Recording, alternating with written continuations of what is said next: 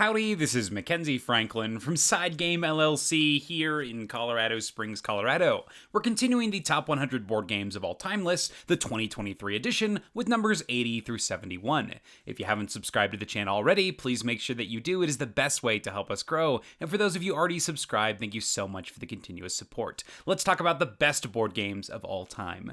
Number 80 goes to Faraway 2nd Edition, the newest addition to the list. This one has you playing a cooperative experience with one other player as you explore a planet. Your Federation has some mission that's assigned to you that are different each time you play, and these missions are going to guide you to exploring the different tiles, interacting with the local fauna, and collecting resource cubes and building buildings. My favorite part about this game, though, has to be the AI system. Every time you encounter a creature, you'll spawn it onto the board and wherever it tells you to, and then it has a description about the creature, but not necessarily game mechanisms fully. For example, this Fuzzbuddies here is curious, social, has a propensity to be peacefully, and it swarms non-hostile creatures, and it loves new bodies of water. So this thing is not aggressive at all. So every single AI turn, each creature is going to get one movement and do one action of some sort. But it's up to the players to alternate and take actions for these enemies. But there are no hard and fast rules on how this reacts. It's up to the players to roleplay what this creature would do in that situation. You also can look at the bottom of the card here to see what sort of things the Fuzzbuddies enjoys. It likes to eat plants, it lives in the water, can see 2 spaces away, it prefers to be in large groups, and it's a wandering creature. There's so many little things to look at and consider, but it takes out all of the fiddliness that comes from complicated AI scripts and allows you to explore and really recreate this ecosystem on this planet. So that is my number 80, Faraway 2nd Edition. My number 79 goes to Batman Gotham City Chronicles, where you take control of either the heroes in the Batman universe or one of the many villains from Batman's rogue gallery. You're going to be having a mission that tells you what sort of things you need to do, and in the meantime, beat up a bunch of baddies and bad guys while you're trying to complete this mission. Of course, there's objectives on both sides, with the heroes all having their own individual characters, but then the villain is playing in the one versus all one role, and they are going to be using this command module to basically order an entire crew of baddies to stop that objective from happening. Now, my favorite part about this game, though, is that command module in the villain area. It's so cool to look at and be able to plan what sort of things that the enemy can do based on their limited resources. This game is, at its heart, a cube management game where you're using these limited resource cubes to take actions, reroll dice, get additional bonus defenses and movement, and you're assigning them into this pool here. But you only generate so many every turn, and on the villain's turn, they'll generate whatever this is in this number here, so 5 in this case, and then if they want to activate one of these tiles in the earlier area, it costs 1 cube. But as far as if you keep going back farther, it's going to cost even more. So if you wanted to activate the Joker here, it would cost you 4 cubes. And then after you use it, you actually punch the tile, it goes to the back of the line, and then you have to pay more because now it's at the back of the line. For example, it'll go where Bane is, so now it costs 7. So if you really want to take a turn where you're using Joker twice in a row, you have to pay 12 cubes in this current setup. It's awesome how you're able to chain your different characters. You can choose when to spawn specific characters so you get additional activations from them, and then inversely on the hero side, you can figure out what characters are going to be activated on the villain side to know what your priority targets are going to be to make it just a little bit more inefficient for the villain to activate their characters. I love this mini puzzle that's wrapped around the Batman theme, and I think that the characters and then the objective system is also a lot of fun, with both evil and good having objectives that they're working towards. So that's my number 79, Batman Gotham City Chronicles, number 67 last year. My number 78, 87 last year, is Rumble in the Dungeon. This is a small filler game where your goal is to survive. At the start of the experience, each round, you're going to get 2 discs, and these are the characters you must keep alive as much as possible. You'll populate the dungeon full of these different characters, and then go at it. On your turn, you get a single action. You can move, or you can eliminate if 2 characters are in the same room. And this leads to my favorite mechanism in the game, and that's the bluffing and deduction as to trying to figure out who each player's character are. Because here's the twist, you can move any character, and you can eliminate with any character. So you're trying to understand the behavior your patterns and see what people are eliminating. There's a variety of versions for this game. There's a Cthulhu one, there's one that's just in a house, and then there are also little modules in each. For example, in the dungeon version, they have a little chest. Love the entire experience in this one, and I think that it's got a great way of round structure, where even if you do poorly in the first round, you can still get your points in the second and third round, and you even have two characters where you're able to get a loss early, and that means that you still have the potential to score a lot of points by the end of that round. So that's my number 78, that is Rumble in the Dungeon. My number 77, 92 last year, is Balderdash, a game of falsifying information and getting people to believe you. The way it works is you'll simply roll a die, and based on the die roll, you'll get a category, and this category is going to be something like weird words, peculiar people, incredible initials, and then in those, you're going to have something that you read out loud. For example, incredible initials, AAPA. Every player is going to write down what they think AAPA is and make it believable, but the person who drew the card is going to actually write the real answer. And then they'll shuffle them up, and then everybody has to guess what they think AAPA actually means. A lot of these answers are kooky and out there, but it's something that you have to try to predict which one are being falsified by the different players at the table and what is real. I love this point that happens where somebody is so believable in the way that they're writing their terms that it sounds just like what the game would say, and it gets to this meta point where you think, "Oh my gosh, is this too funny? Is this too off? Is this too easy?" It's so wonderful. It's totally group dependent. It depends on who is going to be in there, who is writing, but the experiences that you can pull from this are going to make you laugh, have a great time. This is Balderdash, my number 77. My number 76 goes to the Castles of Burgundy. Number 66 last year. This is a tile placement game where you're going to be taking tiles from a shared board, collecting them in your hand, and then putting them onto your main personal board. You're going to trigger different abilities, effects, and scoring while you're racing to complete different groups of the same color, but also trying to do this in a timely manner, as the sooner you complete things, the more points you get for them. My favorite part about this game, though, has to be that shared board in the center. At the start of each round, you'll be rolling dice, and then based on those dice, that determines which pools you can actually take your tiles from. Do you prioritize taking the tiles you need? Do you get workers to ensure that you get a tile in a different depot as they can modify your die? Or do you empty out your hand so that you can ensure you actually can take tiles in future turns, because your hand size is limited, so you need to actually place them into your own personal board. And there's also this spot in the center where you can spend currency for an additional tile every round, and this one allows you to get some additional icon or some scoring or some technology that didn't exist, that just came out normally. I love the pressure on trying to focus on doing things on your own board and doing things in the outer board, because it's a pressure race, as the sooner you complete things, the more points you get. The game also features a ton of additional modules and expansions if you want to ramp up the complexity or the very different powers that are going to be available from the tiles that you're drafting. That's my number 76, The Castles of Burgundy. My number 75 goes to Etherfields, a game of dream walking, as you play as a dreamer going from scenario to scenario through a linked dream world map. You'll control a single character that has some ability, as well as a deck of cards that you're going to be building up as you play. This is going to be a classic deck building style game, but your experiences and your adventures are going to lead you to unique cards based on your decisions, and then you'll see them over and over again as you play your experience, and it gives you that reminder of those missions that you have completed.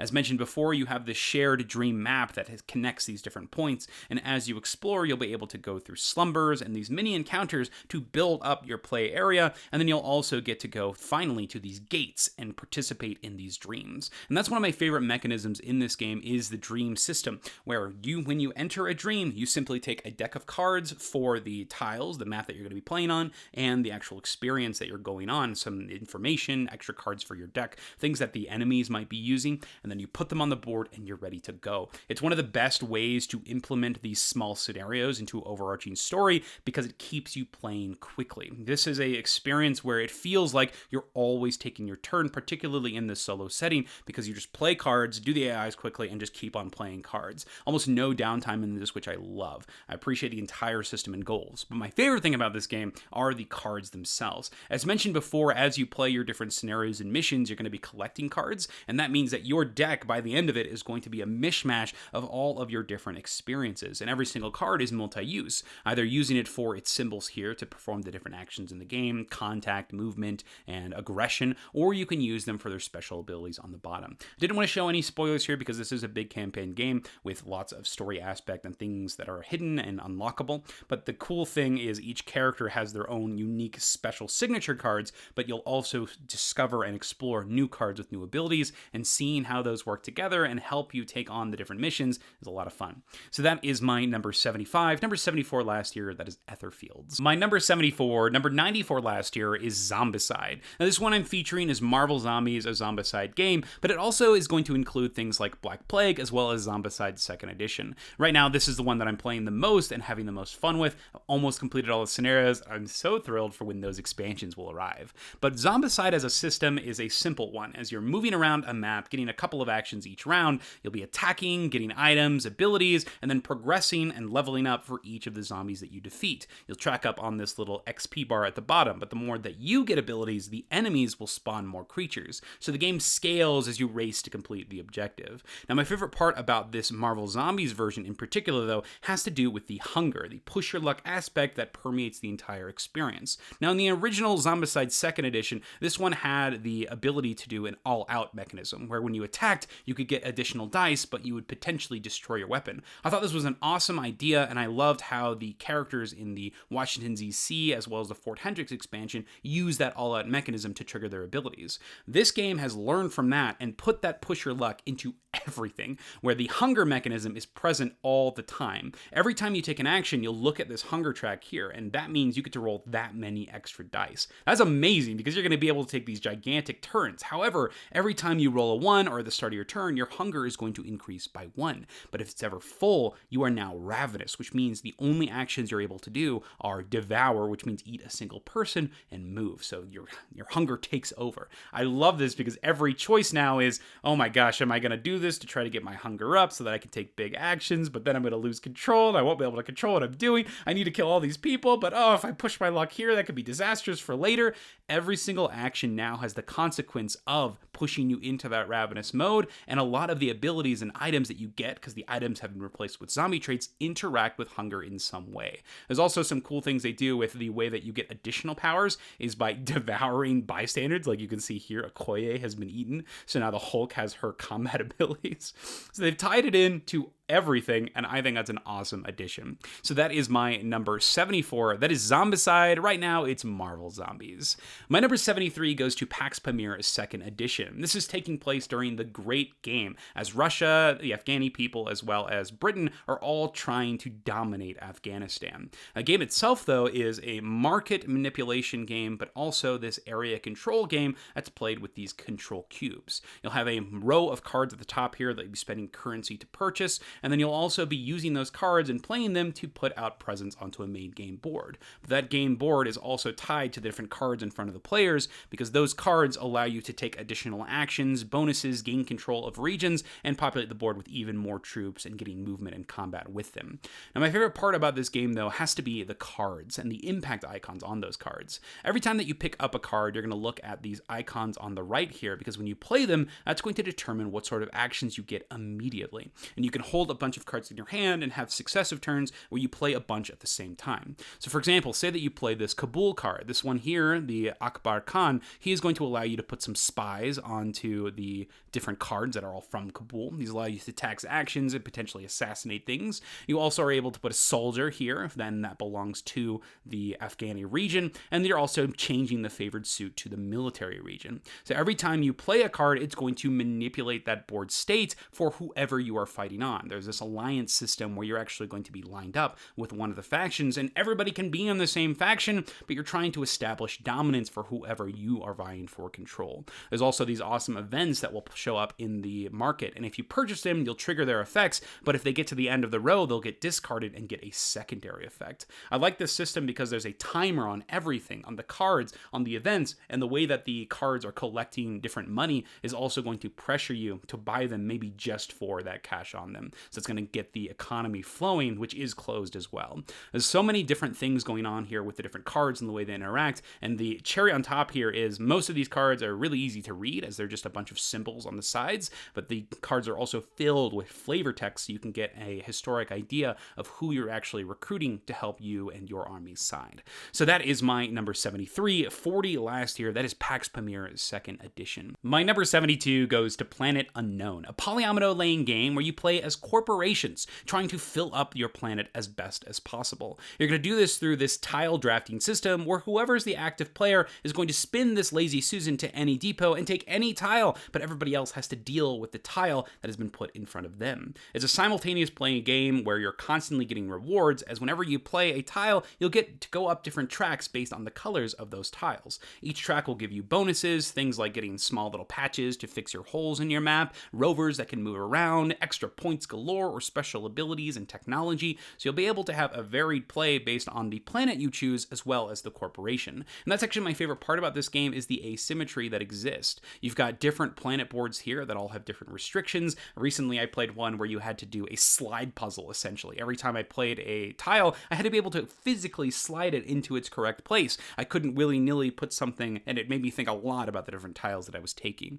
You also have different corporations that have different tech trees that you'll be able to choose from, and their rewards on their tracks are also going to be different and misplaced and give you some other special ability that you'll be able to take advantage of. Recently I had one where I was moving diagonal, and this allowed me to jump these different other cubes that were crawling on my other tracks, and so it was so interesting as I was trying to manipulate all of my different pieces. So not only were the tiles I was taking important because of the slide nature, but I was also making sure that I was balancing the different colors that I had so that I could do some cool combo actions. There's also generic planets as well as corporations on the back of these boards, so that means that you can play this with any age group, any family, and have a fun time as you're able to scale the difficulty and complexity as needed. This is one of my favorite family games, period, and I think it's one that you need to give a try. So that's my number 72, new to the list, Planet Unknown. But closing off this portion of the list, my number 71, another new to the list game, this is Caper Europe. This is a two-player tug-of-war style game where you play as master thieves.